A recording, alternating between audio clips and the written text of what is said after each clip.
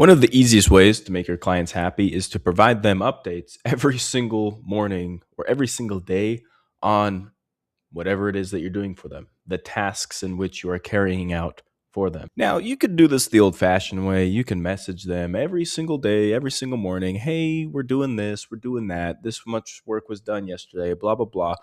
Or you can implement this system, this AI agent that I built for you, or rather for my agency, but I'm going to give it to you guys for free. So in the community, just go to the automated client briefing agent and then just click this little link down here. It'll prompt you to download it, from which then you'll just import, go up to these little three dots here, import from file, drag that file in here, and you will have this workflow here. So I'm going to walk you through node by node, show you how to personalize this, customize it, show you the inner workings so that you know exactly how this works. So not only can you implement it in your business, but this is something that you can also sell to other businesses or agencies, especially. So this right here, this trigger will fire this workflow, and I have it set for my agency at Monday through Friday at 9 a.m. So if you click into here, you can customize this however you want. If you want it to go out every single day, if you work weekends, you can do so, and that's relatively easy. Just go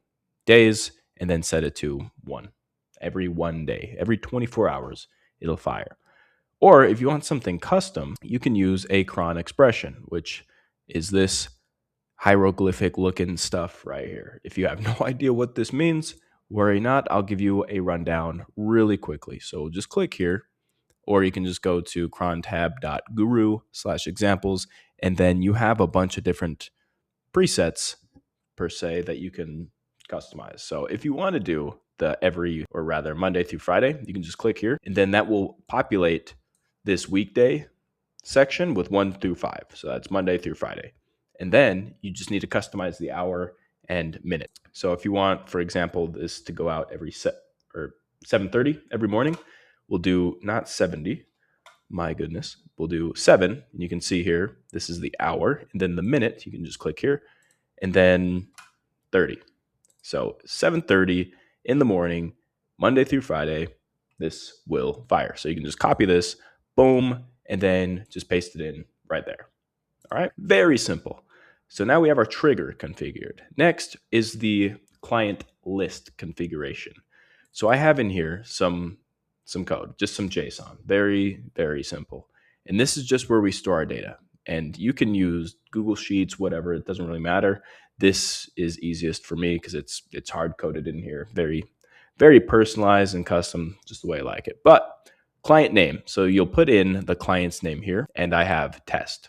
All right, for obvious reasons. Then we have ClickUp and Slack. This is what runs this workflow. This is what I use for my agency and what most people run for their communications and project management. So ClickUp List ID. We need to know which ClickUp list is associated with this client. And to find that, if we go to ClickUp and we go to the URL up here, after the LI, you can see it says LI/ and then a bunch of numbers. This is the list ID. If for whatever reason you cannot find this, because sometimes the URLs can look a little bit different, just give it to ChatGPT or Gemini and ask to give you the ID for the ClickUp list. It can be very confusing, unfortunately. But for Slack, it's simple. Okay, so I have my Slack ID right here for the channel for my client, which if you go to the channel that you want, click these 3 dots, go to open channel details, and then here at the bottom, you'll see channel ID and then a string, which you can copy with that button there.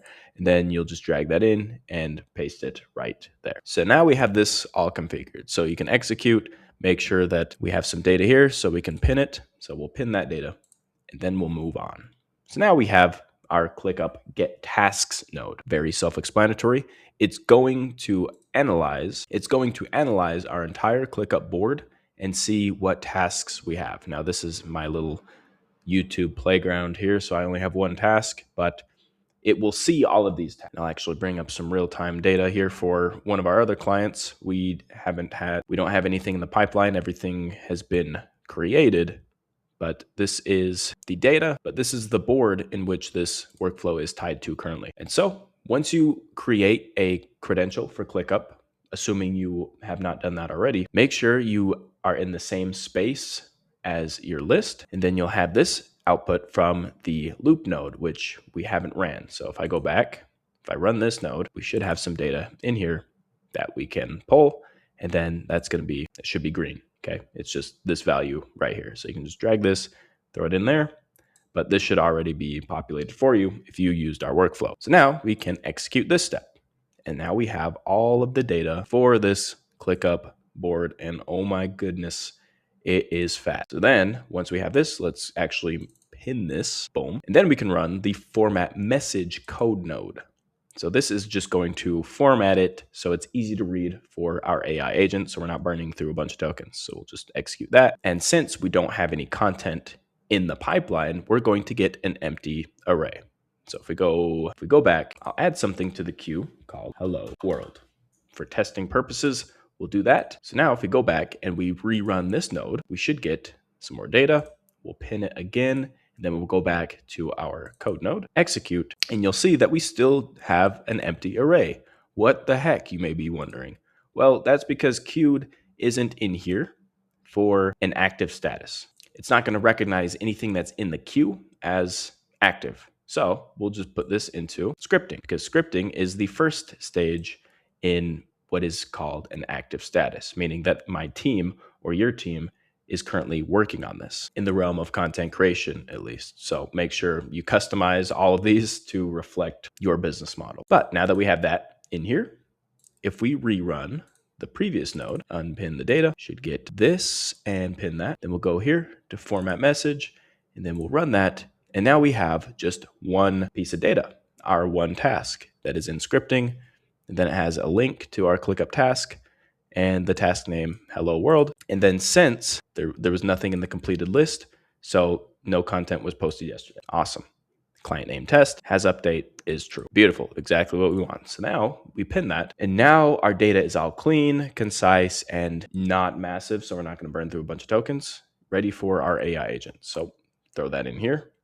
I have the Gemini model. You can use whatever you want. Then we also have our system prompt here, all included, as well as the prompt there. So now our AI agent has run with our clean data, and it's outputting good morning test. Here is a production snapshot. The team is currently scripting ClickUp task. Boom, boom, boom. No content was posted. No content was published yesterday. Let us know if you have any questions. You can customize this however you see fit. Take this prompt, customize it, personalize it. It's yours now. But this is how we operate. All right. And now that we have a response, we'll go ahead and pin this again. The last thing we need to do, or rather our agent needs to do, this workflow, is to let the client know. So we do that via Slack. You can do this however you want, but Slack is king for a reason. So in here, we have all of our channels configured. So we have our client, and then we have our message text. So I have here a little notification bell, and then we have our message. So you can do whatever you want. You can delete this emoji if you don't want emojis.